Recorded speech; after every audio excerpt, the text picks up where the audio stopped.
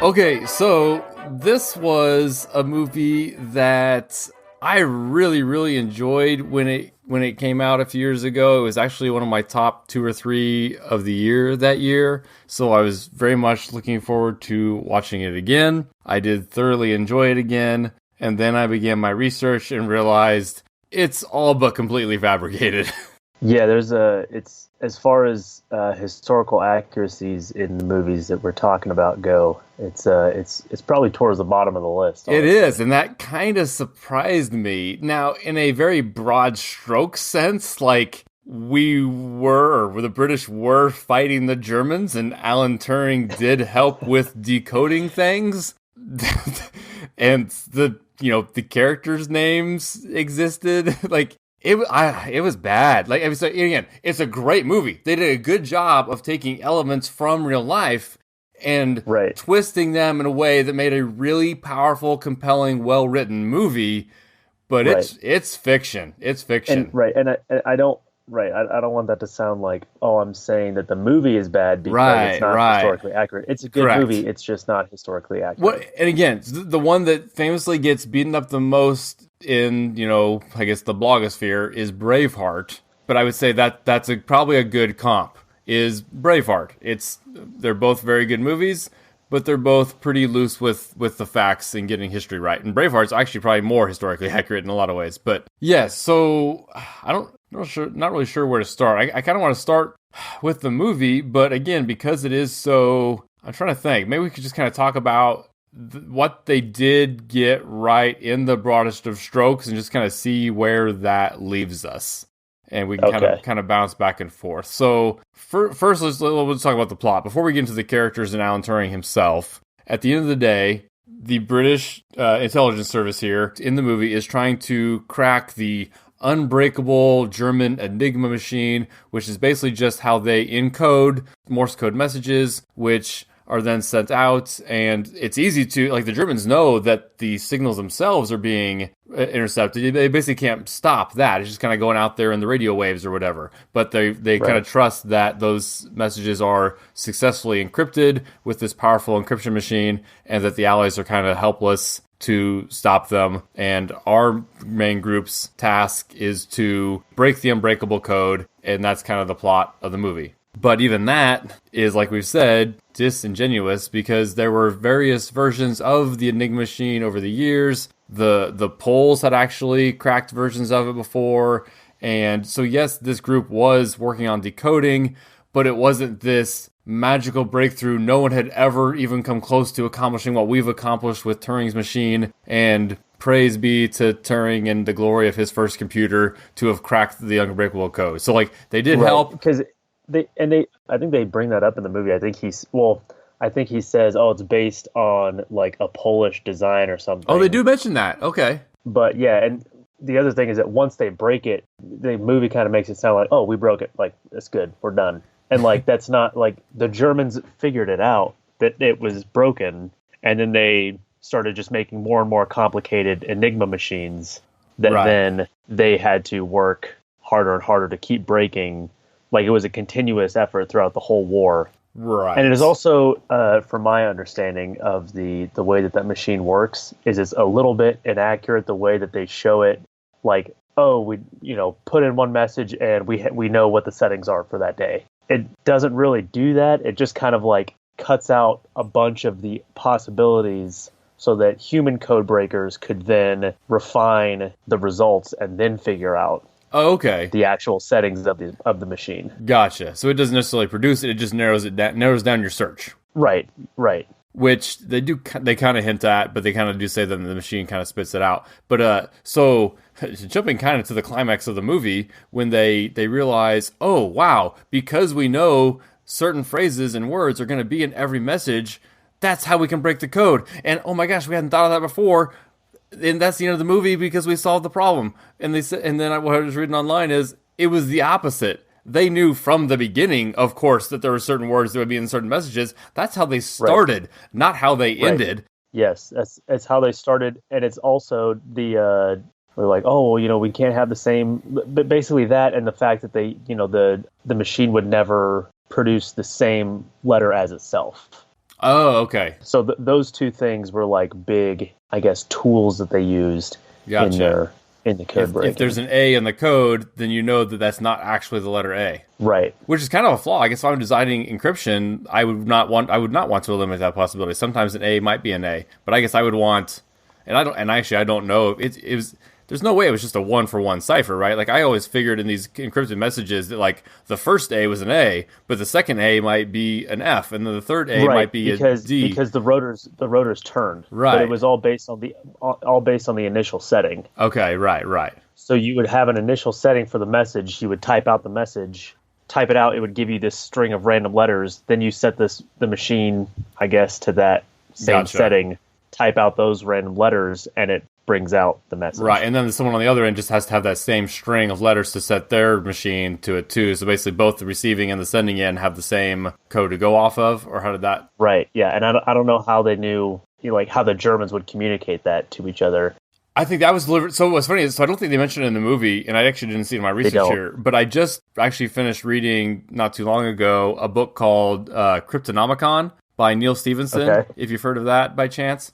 It's actually very directly related to this. So it's a little going off tangent here, but I think it's relevant. So it has a few simultaneous storylines, and it was written in the late 90s. So one is kind of following these early internet people in the late 90s who are dealing with like cryptocurrency and encrypting emails. And so they're dealing with, basically internet encryption. And that flashes back to two stories set during World War II. And one of those storylines involves a mathematician who ends up meeting and working with Alan Turing. Okay. And so the encryption of things during World War II is also related. Now, they don't deal specifically with Bletchley Park, but they are World War II cryptographers solving the thing. And again, so it's kind of multiple storylines, just kind of dealing with all of that. And what they talked about a lot in that book was the use of one-time pads.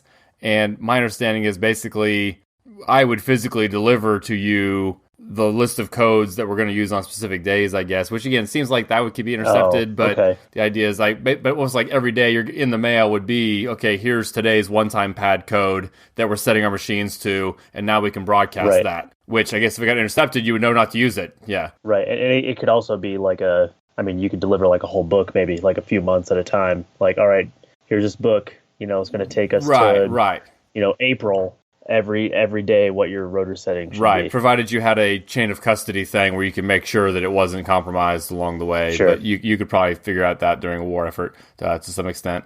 So the other big thing too is, so they kind of set up Turing to be this stubborn, curmudgeonly kind of just, what do you call it when someone, a misanthrope, kind of this stubborn misanthrope who doesn't want to work with anybody else, and everybody else is just they can't handle his genius, and they just need to back off while he works on his computer, which they don't think is going to work, and he's just working on it by himself. But again, that's in the movie.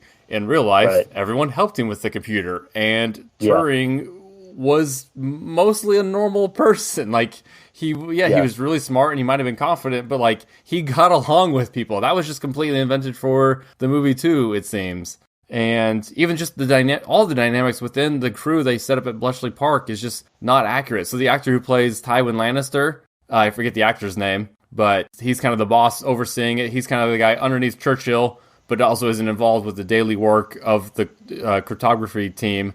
And they kind of just set him up as someone who just, is very short-tempered and doesn't believe they're actually going to solve anything, is going to knock down the door to destroy Turing's computer. And nope, that guy was actually very supportive of what they were doing in real life. And everything was just overly dramatized to the point that they were inventing drama for the movie that really just didn't exist. Right. And I didn't see anywhere in what I was reading, but so in the movie, they kind of, they don't explicitly say this, but they like heavily imply that Alan Turing was on the autism spectrum. Is that accurate at all? Right. I could not find it.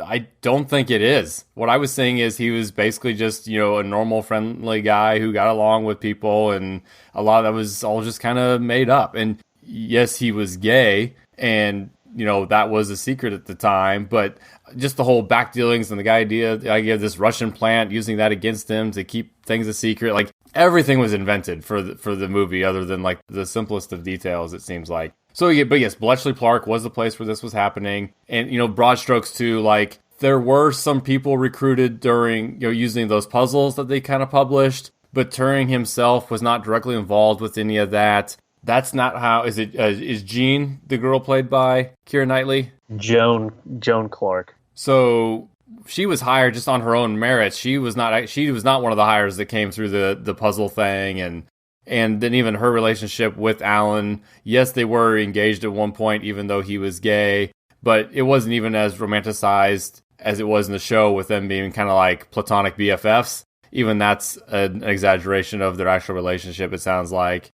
So, okay, so that is kind of intercut. Now, I did not look up a lot on Turing's younger school days, but again, the fact that they kind of made him still kind of that, young boy that seemed to be on the spectrum, and the whole Christopher thing, I actually didn't see anything about that, so I'm going to guess it was probably invented. They did say that the computer was not called Christopher, it was called Victory. Oh, I saw in the Crash Course video, they said that they called the computer the bomb. Oh, yeah. So, no, I got the feeling that was like a type of thing. Like, Victory was a bomb. Does that make sense? Oh, okay, that makes sense. Because I was reading, they were talking, on Wikipedia, was talking about a Polish bomb, a British bomb, an American bomb. And it was like, and it was like BOMME. It's BOMBE. Okay. Which I guess, yeah, you're right. It's a type of electromechanical device that you use to help break an Enigma machine.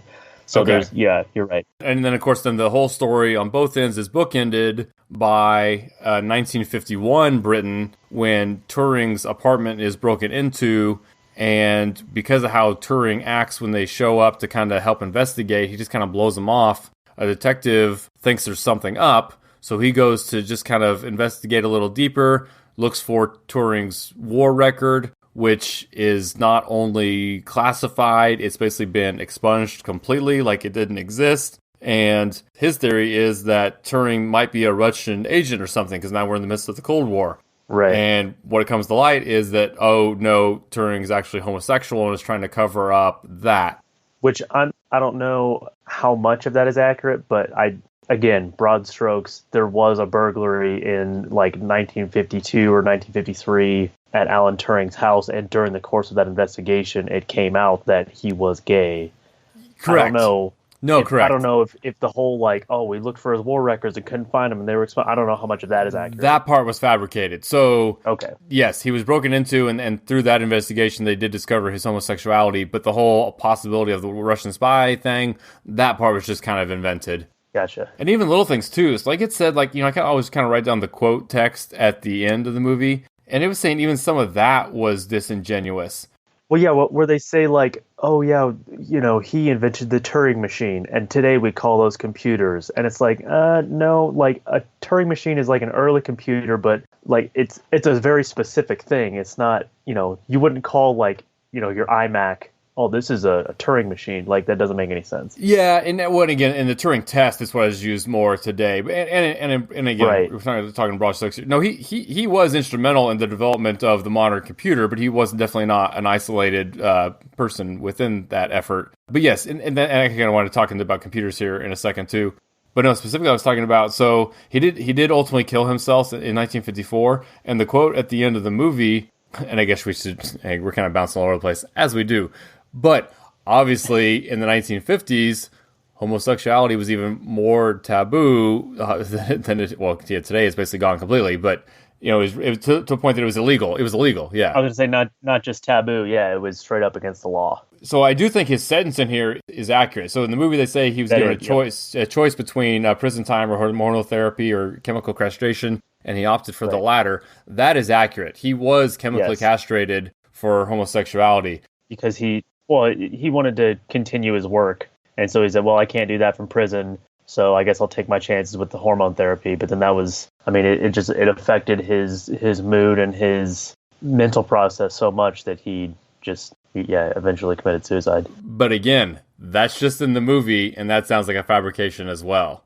So, oh, really? Yeah, so basically, Yes, he was put on chemical castration, but that regiment had actually ended for a while before he ever actually killed himself. He had been off of that for a while. Now, I think it had ran its course. I don't think it reverts. And then also his friends basically said they didn't really notice any difference. He was still the same person. He was still working on his stuff. Huh. And it was almost kind of an unchanged thing. And yes, he was depressed. And yes, he had issues. But the movie's just completely fabricating everything to make it more dramatic. That's funny though, because I did read in like multiple places though that the hormone therapy supposedly changes mood. I wonder if that's like, I don't know, urban legend or what. Yeah, or maybe it wasn't enough that his friends noticed it, but Maybe. maybe it did affect his work a little bit. But when he did kill himself, he had been off of that for a while. Okay. So it again, the timeline was just a little more complicated than the movie made it seem, which disappointingly so, because usually in closing text, even a movie that's inaccurate gets the closing text right. But Wikipedia dedicates a whole section on their page about the movie to all the inaccuracies at the end, or sorry, throughout. Usually that's true, but sometimes there are pretty big gaps. A pretty famous example, not to get too far off track here, but in one of the episodes of Band of Brothers, at the end of this, I guess it's not text, it's like a voiceover at the end of the episode, but he's like, oh yeah, so-and-so, never recovered from his wound, and he died in a hospital in like 1947. And that guy like recovered completely and lived into like the late 60s. Right, what the heck? And that's like a real guy who's like the focus of the episode. Anyways. Yeah, it's like I said, you always kind of trust closing text more than other parts of the movie, and I guess there's no reason we should do that. I think we've just kind of been trained that it tends to be more accurate, but yeah, not so much. One thing I thought was cool early on is the MI6 guy that they meet early on, and one of the people in Turing's group says, "There is no MI6." And then the guy says, "Well, not officially." And I just like the idea that yeah, go ahead. Isn't that inaccurate though? I mean, surely, even if it wasn't widely known that there was an MI6, I'm pretty sure that existed long before World War II. I think it did, but Foreign Intelligence Service. MI6 was not publicly acknowledged until 1994. Oh wow, okay. So I thought that was interesting too. And I kind of looked. There's actually up to like MI19, and they're all just kind of different branches of military intelligence for the British, and most of them don't exist anymore. And it kind of had the quick little history bullet points, and it wasn't as interesting as I thought it would be. Like I thought it was going to be very clear cut things, and MI6 was like the spies, but it's more just kind of gray and messy, and MI6 just happens to be this one. So they're kind of playing it up because isn't it referenced in Bond? Doesn't Bond deal with MI6? But Bond is like a member of MI6. Well, he's within the umbrella of MI6 in that universe, right? Right. Yeah. Yeah, but yeah, it's kind of just one of many. So let's finish up the movie here first. Then I actually want to get into the history of the treatment of homosexuals, followed by the history of computers. But I want to finish up the movie first. Do you have anything else on the movie itself? I know we kind of went over it kind of quick, but that's really all there is to it. It's just them trying to break through the machine, and then it's a try-fail cycle until they successfully do it. Nothing really comes to mind. I did just kind of want to bring up a couple of related movies. Oh, yes. So the movie U-571 is a dramatized version of the capture of the first Enigma machine. Oh, okay. Which I've seen the movie, but I don't think I realized that. Right, which I think actually in real life it was the Brits that did it and not Americans. But of course. Yeah, in the movie, that's like the plot of the movie is they're trying to capture this German U-boat and to get the Enigma machine because it's like the beginning of the war. Interesting. The other related movie is Ex Machina, the 2015 movie with Oscar Isaac and Donald Gleason and what's the girl's name? Alicia Vikander. Yeah, Alicia Vikander, married to Magneto. Oh, dang. Yeah, the whole premise of that movie is like the setup for that movie is that Donald Gleason gets called in to do a Turing test. That's right. On the robot that is played by Alicia Vikander. That's right. It's that movie. That movie is one big Turing test. Yeah, that's right. Even for the viewer to a point. Yeah, which is fascinating. That was actually my favorite movie that year. Good show. I did think of one thing too. So when in the movie they break the code and then instantly have the moral dilemma of, oh wait, we can't just call off every attack we're suddenly aware of because then the Germans will know. Right. The example they give in the movie, again, completely fabricated. The character who says, but my brother's on a ship, didn't have a brother that would be on any such ship. That was all complete fabrication for the movie. Those kinds of decisions did have to be made, but it was at a higher level, and I couldn't find anything that said Turing was actually involved with. Again, the movie kind of implies that they shift gears to help them kind of make those decisions. It's almost like the British government wouldn't let mathematicians just make those decisions. It's almost like they would want, policymakers or somebody doing that. Right. Well, and they did in the movie. The movie did kind of imply that they were coming up with a statistical based analysis, but again, that seemed to be fabricated, and that one felt real. That felt real, and I couldn't find anything about it. It kind of just said that, and they hint about this in the movie too.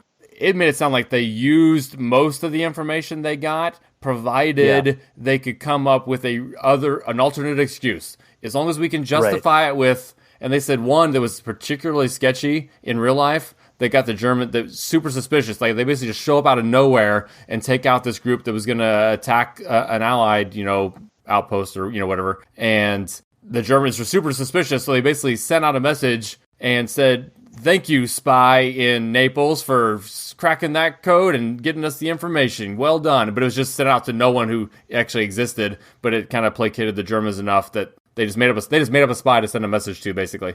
Yeah, that's one thing that's interesting about World War II specifically is all of the military deception stuff. Because technology was at a point where it was like this perfect kind of point where like the ability to spy on, your adversary had gotten good enough, but yet wasn't quite good enough to where your adversary might still be able to fool you. And so there's all these like fun stories of like there was a fake base in the southern part of the UK that was set up, and they had like just a few guys there with a bunch of like inflatable trucks and tanks and stuff, so that from the air it looked legit. And then they also they would send out like fake weather reports and fake, status updates, and like two guys with all these radios just like talking to each other, having conversations to make it seem like there's this whole big unit there. I saw something that kind of said that when it came to code breaking stuff, the Brits kind of got annoyed with the Americans because the Americans would set up these like ostentatious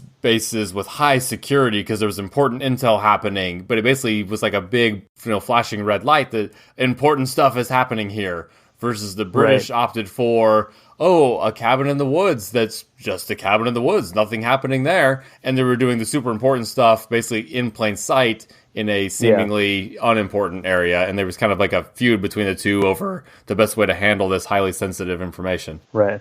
So we throughout the timeline of this series, this show, whatever you call it, this podcast, we've definitely come across characters who were believed to have been in varying degrees homosexual, but we haven't really talked about society's view of homosexuality and how it has evolved through history. So I thought as we're in the 20th century and dealing with Alan Turing, who was, seen to be at the time a criminal for it, I wanted to kind of give a brief rundown of societal views of it, but specifically, I just pulled up the timeline of homosexual treatment or history in Britain specifically. So because we are dealing with Britain, I just kind of highlighted a few things. And I'm just going to go through this very briefly leading up through the 50s and Turing, and then down the line, I'm sure we'll get to the more modern views of it as well. So even back when the Romans controlled Britain, like in the 1st century AD, they criminalized homosexual behavior among boys and men.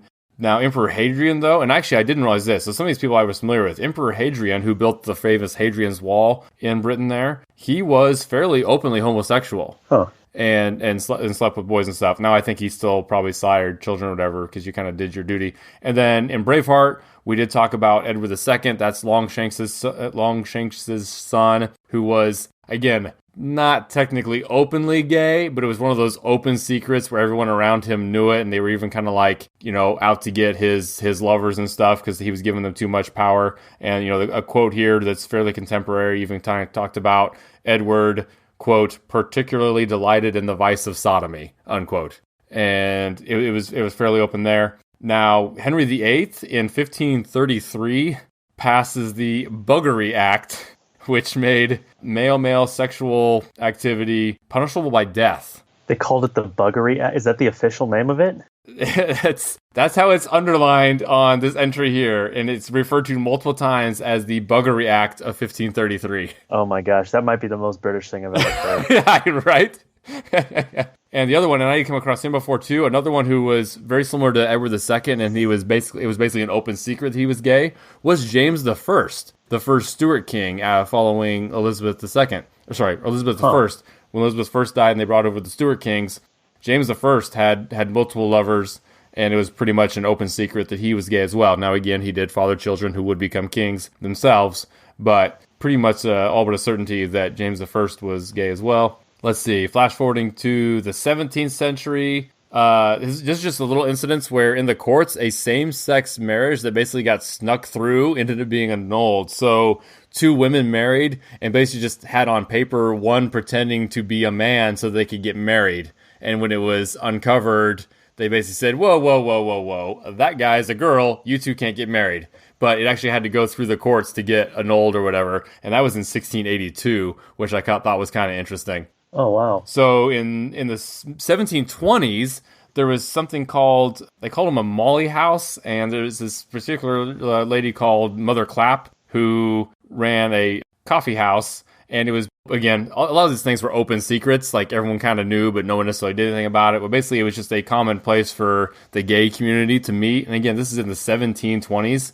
and she was just kind of, very okay with having the gay men meet and, socialize at her coffee house, and had beds there that they could use and stuff. And ultimately it was shut down, and 3 men were hanged after it was raided. But yes, again, so that was the 1720s. So you're kind of there's basically people who have been tolerant of it throughout. Just the powers that be in the government have always kind of been against it. There's they found love letters in the 1730s between like a member of parliament and another guy that implied heavily they had been living together as a gay couple for 10 years, and it was just kind of uncovered through their letters. In the 1770s, we actually had the first public debate about homosexuality. Now, again, this is one where a captain was actually convicted of sodomizing a 13-year-old boy, but it started having the public conversation of just about, not the merits, but just instead of this being this secret that no one actually publicly talked about, they were now publicly talking about homosexuality and how to deal with it. And a decade later, you had the first guy kind of publicly arguing that, hey, we should decriminalize this and not treat it as, something that we're killing people over, obviously. Right. So now, and again, everything kind of ebbs and flows. At the beginning of the 19th century, prosecutions were kind of hitting a high point. Okay, so then we get to 1835 is when the last 2 British men were executed for homosexuality. So it remained illegal, but the death penalty was officially abolished in 1861 after the last people were killed in 1835. Then you kind of flash forward into the 1890s, and that's where Oscar Wilde was famously tried for what they call gross indecency and sentenced to 2 years of hard labor. And again, though, just, 60 years earlier, he could have been put to death for the same thing. Right. And the first gay rights group in England was in 1897, which I thought was way longer ago than I would have guessed. Yeah. Then there was this guy who wrote they even call him a sexologist, Havelock Ellis. He publishes kind of a volume about, psychology of sex and just the studies of sex. And again, this is also in 1897. And he basically just argued that, hey, it's not a disease. It's a natural anomaly that happens in humans and animals and kind of always has, and should just kind of be accepted and not treated as something that's wrong with these people. And again, this is in 1897. But because it's in 1897, the book is banned in England as obscene. Of course it is. Right. So, and it wasn't actually sold in England for another 40 years. Oh, wow. This is another one I found fascinating. In 1936, you actually had a prominent British athlete transition from female to male. So a little bit of a transsexual situation in 1936. What sport? It says athletic champion, which at the time I would guess would mean track and field. Track and field used to just be called athletics. So that's my guess, right. But I don't know for sure. I didn't click on his actual page there. And yeah, but the story was in the papers and stuff, and there was even a surgeon who worked with them. And Yeah, I was kind of surprised to see that on there. And then, like I said, 20 years later, getting to Alan Turing.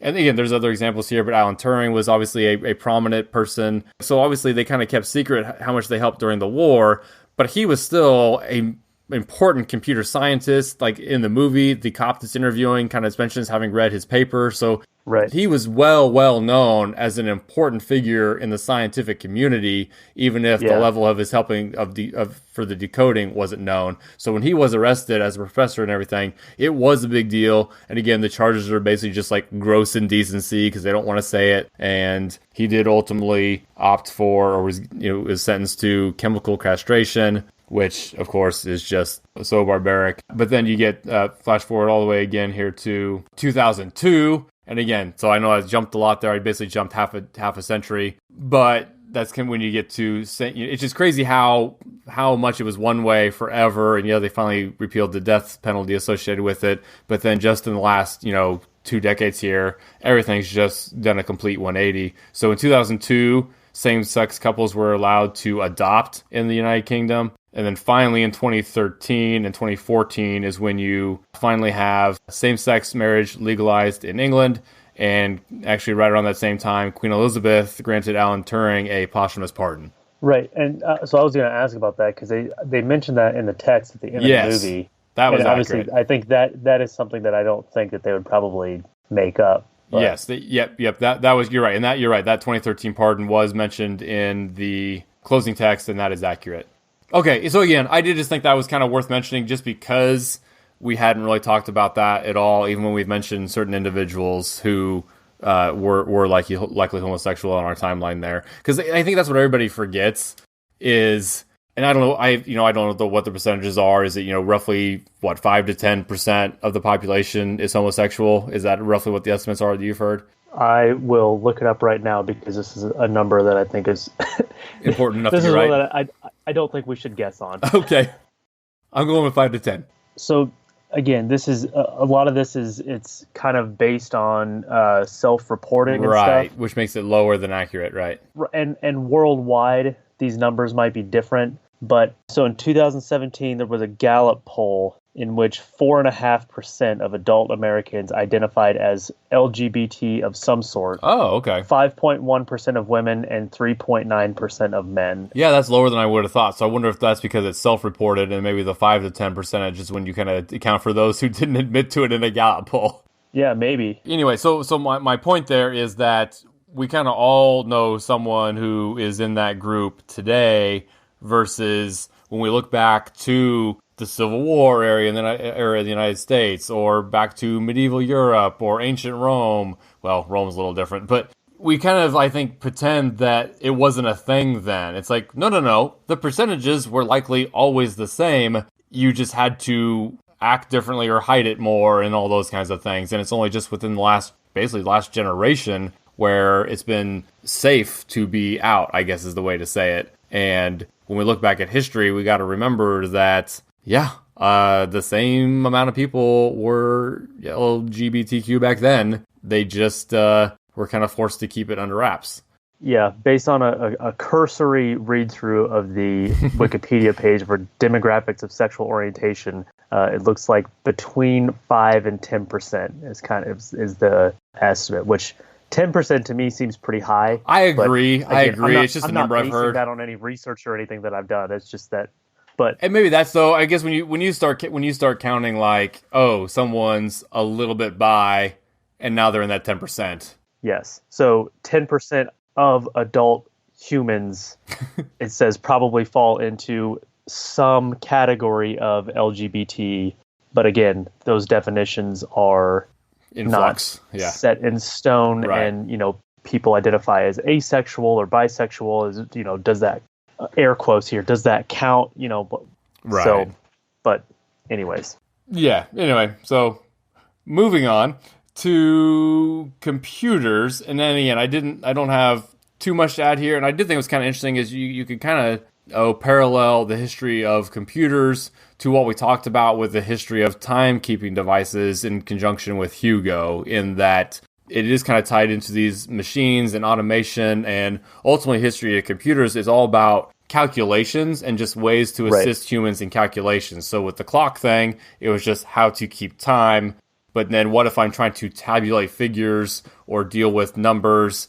There's basically mechanical ways that have been introduced for centuries as a way to, okay, if I'm trying to do a census in the year 1500 and I'm trying to keep track of hundreds of thousands of people, well, maybe there's a mechanical process that can help me kind of tabulate those figures. And so there's kind of just been a progression of machines. And I do think it's interesting too, and the movie does kind of talk about it, the term digital computer as opposed to, or electronic computer as opposed to a computer, because basically until the 20th century, a computer always referred to a person who was computing, and you would have machines that, some kind of mechanical tool or something that a computer person was using to calculate, but it always meant person until the 20th century when you started to have digital computers that were not people, and it was almost kind of like they're applying a term that meant it was a personification thing. When you were calling these machines computers, it was actually a personification and attributing a human task to these machines. And now that's come to the point where today we only associate computers with the machines and basically are never referring to people. So it's kind of just an interesting language shift there. The example that actually parallels to me is in with the history of the telephone. So to call someone used to always mean go stop by their place and say hello. You would go and physically visit a person and call on them. And then when the telephone was invented, they took the term call and said, oh, I can do it electronically. I can make, instead of an in-person call, I can make a telephone call, to the point that that word has now become only associated with a not in-person conversation. And that's just kind of another, anyway, a very similar shift in language that I thought was interesting. Yeah, so basic computers, which is kind of various ways. Again, it was just, honestly, they were even counting like the abacus and various forms of astrolabes to keep track of the stars. And all these things were kind of like what we saw in Hugo, where they were kind of mechanical devices and just kind of different ways, but, not electric based, even if they were mechanical based. And, but, there was, calculating machines in the 1700s. And this is one I'd heard of, the Pascal machine or Pascaline, invented in the 17th century, which was kind of a mechanical calculator by Blaise Pascal. Again, I don't know much about it other than I've heard of him before, so I thought it was significant. It's also interesting, too, how you could they could program like looms in the early 19th century. And I feel like I've seen something where they kind of, I almost think like the player pianos, too, where they could play automatically by using those spools. Right. That's basically an early form of a computer. Right. Or like a calliope that plays with the same way with the paper roll that goes through. Yeah, the little things that, and then you kind of get into the punch cards, which I remember seeing before, and I think even Hidden Figures deals with the punch card computers, but those even go back to the 1880s, and I don't actually know exactly how they work, but basically by having, holes in some places in a card and not in other places, that can tell the machine what numbers to read and to store. Right. And they can output those cards as well. And so, again, it's a computer. We're just, in our 21st century mindset, we're just so used to the benefits of quantum physics and how that's made everything smaller. But the principles of ones and zeros and all of that in computers is the same.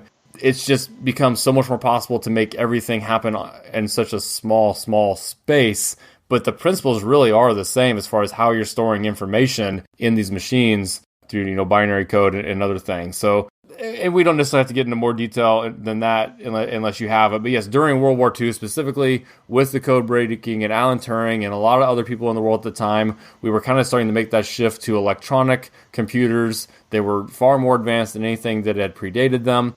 But then we were still a long way off from getting the microprocessors and ways in the personal computer and things like that kind of, explode through the 70s, 80s, and 90s into the internet era. But it is kind of interesting. Again, I just love how history is all connected, and I just get so excited about all that. Yeah, and so at this point in time, again, like I was talking about before, how it's kind of like this weird kind of like turning point between like technology and deception and all that. During World War II is kind of the first time that you have cryptography as it relates to like military communications start to show up.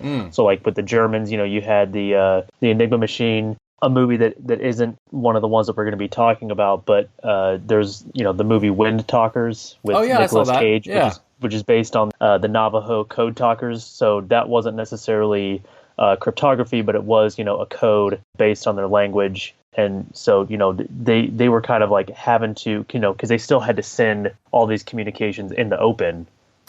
Over open air. They even say in the movie, like, anybody could listen to these. Anybody with the radio set can hear the actual transmission, but it's, the cryptography is the encoding and the decoding of the message. And, now we have computers that do that all for us. Cryptography is infinitely more complicated. Right, because it's being done by these quantum computers, yeah. Right. And my understanding with the Navajo code talkers was they were just straight up talking to each other, and because it was such a foreign language that the Germans just couldn't encrypt, so they would just translate from English to Navajo, and on the other end, Navajo to English. Well, yeah, so was there actual code within that? I thought they were just talking. Kind of. So, like, they had code words for different things. Oh, okay. Like Eagle might be missile tank, or something like that. Right, yeah. A tank is like a tortoise or something like that. But yeah, essentially. But it was still just their language, right? Right. Okay. Which again, because they're old Navajo wouldn't have had a word for tank or plane or stuff like that, so they just kind of subbed it in. But yes, my understanding is that because obviously that would have been a code that the Germans could have cracked, that turtle meant tank. But this is a completely foreign language, and it doesn't have a similar syntax where you can't just crack a language. It would have been the same thing if it was none of the Germans had anyone who spoke Japanese. I think that would have been just as indecipherable. But because we had the home field advantage of having all these native tribes around with their languages intact that the Germans didn't have access to. So, yeah, kind of an interesting advantage that you don't think about. Yeah. I was going to say one more thing. If people are interested in learning more about things like mechanical calculators or even the Enigma machine, the YouTube channel Numberphile has that's Numberphile like PHILE. Right, like Number Lover. They have a really cool video on the Enigma machine. They have a bunch of cool videos on like mechanical calculators and stuff, if you're into that kind of thing. Okay, so yes, thanks for listening. And again, this probably worked better as a bonus episode since it was so historically inaccurate, but there's still a lot of good stuff to talk about. And we'll continue next Tuesday with Downfall.